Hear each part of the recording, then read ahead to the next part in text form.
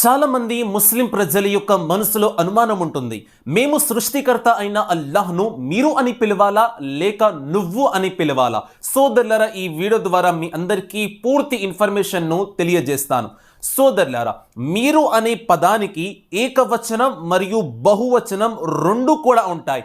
ఉదాహరణ కోసం చూసినట్లయితే మీరు వచ్చి కూర్చోండి, మీరు గౌరవంగా మనం ఉపయోగిస్తాం. మీరు వచ్చి కూర్చోండి, దీని యొక్క బహువచనం మీరంతా వచ్చి కూర్చోండి.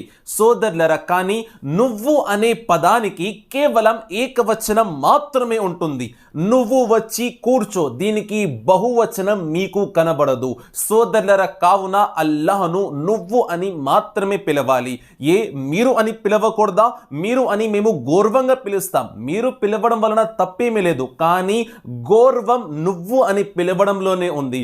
మాకు ఆధారం కావాలి. అయితే రండి సోదరులారా, ఎవరిదైతే మనం కల్మా చదువుతున్నామో అంతిమ దైవ ప్రవక్త, మానవ మహోపకారి ముహమ్మదు రసూలుల్లాహ్ సల్లల్లాహు అలైహి వసల్లం వారు దువా చేసే సమయంలో, అల్లాహ్ను అడిగే సమయంలో ఈ విధంగా అడిగేవారు: ఓ అల్లాహ్, నా యొక్క ఉమ్మత్ పైన నువ్వు కారుణ్యాన్ని కురిపించు అనేవారు.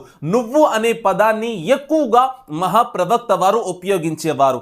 మహాప్రవక్త వారి అడుగు జాడలో నడిచి సహాబాయి కిరామ్ వారు కూడా స్వయంగా నువ్వు అని పిలిచేవారు. సోదరులారా, సహాబాని చూసిన తాబঈన్, తబెయిన్ వీరంతా నువ్వు అని పిలిచేవారు. సోదరులారా, అరబీ గ్రామర్ ప్రకారంగా మనం చూసినట్లయితే వాహిద్, ముజక్కర్, హాజిర్, జమీర్ ను వారు ఉపయోగించేవారు.